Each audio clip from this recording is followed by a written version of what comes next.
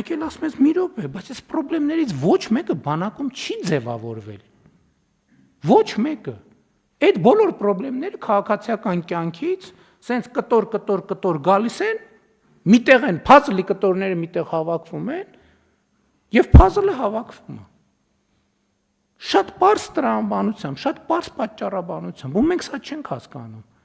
Գնում ենք, ասում ենք, էս անենք բանակում անել արդեն ուշ է, ժողովուրդ ջան։ Բանակում էլ չենք կարա բան անենք, պետք է մանկապարտեզում ու դպրոցում անենք։ Բուհում պետք է անենք։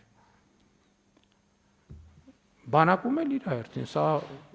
չի նշանակում, որ այնտեղ, բայց իրականում տենց է։ Իրականում տենց է, ես մի անգամ բանի ժամանակ կառավարության նիստի ժամանակ կարծեմ խոսեցի դրա մասին, համենայն դեպս նախարարին ես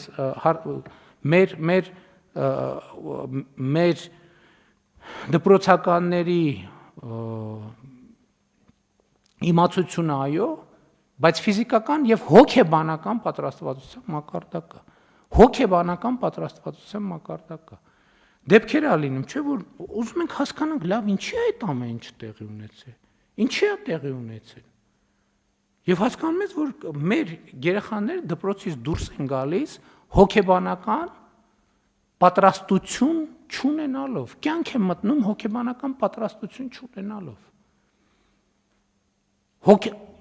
Հոգեբանորեն թույլ լինելով, թույլ կամքով։